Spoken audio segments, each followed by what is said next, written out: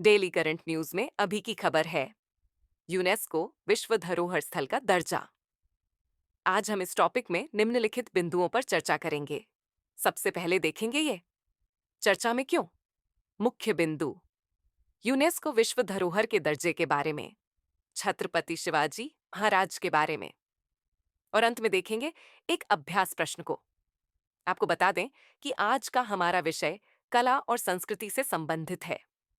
हालिया खबरों के अनुसार छत्रपति शिवाजी महाराज द्वारा निर्मित 12 किलों को यूनेस्को विश्व धरोहर स्थल का दर्जा मिला है, जिसमें महाराष्ट्र के 11 और तमिलनाडु का एक किला शामिल है।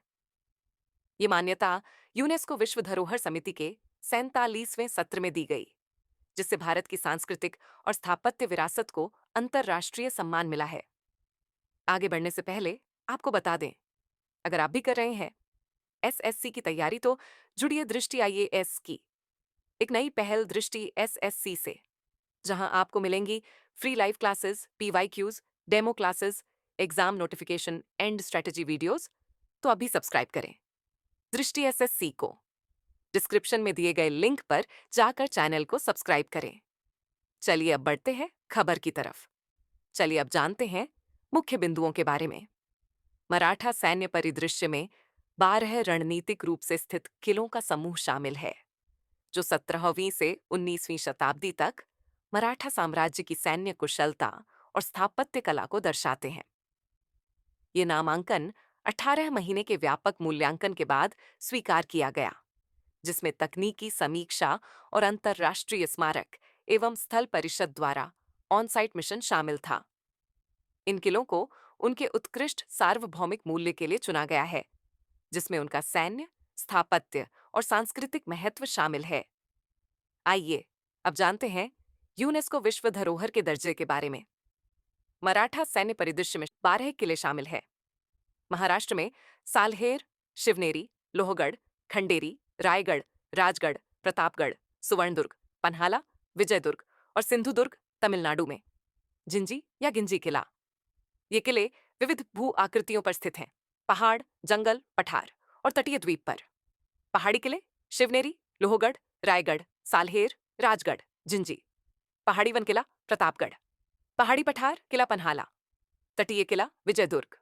द्वीपीय किले खंडेरी, सुवर्णदुर्ग, सिंधुदुर्ग। इन 12 किलों में से 8 किले भारतीय पुरातत्व सर्वेक्षण के संरक्षण में हैं और शेष 4 महाराष्ट्र सरकार के अधीन हैं।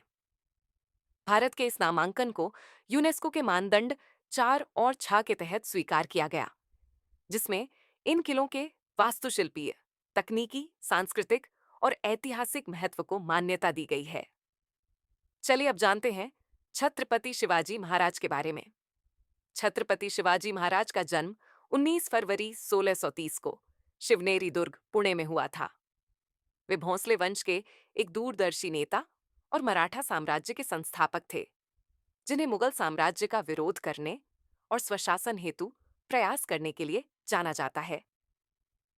इनके द्वारा लड़े प्रमुख युद्धों में प्रतापगढ़ का युद्ध, पावनखिंड का युद्ध, सूरत पर कब्जा, पुरंदर का युद्ध, सिंहगढ़ का युद्ध और संगमनेर का युद्ध शामिल है।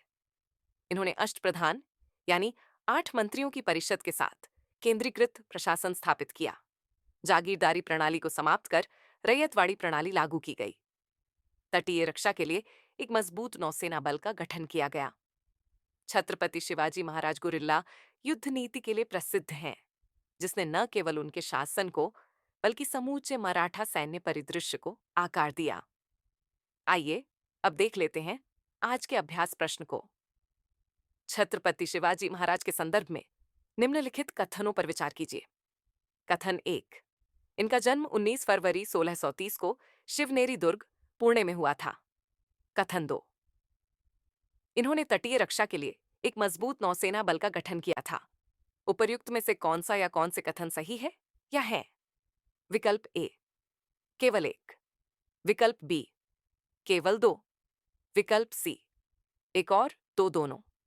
या विकल्प डी, न तो एक और न ही दो। इस प्रश्न का उत्तर कमेंट बॉक्स में जरूर दें।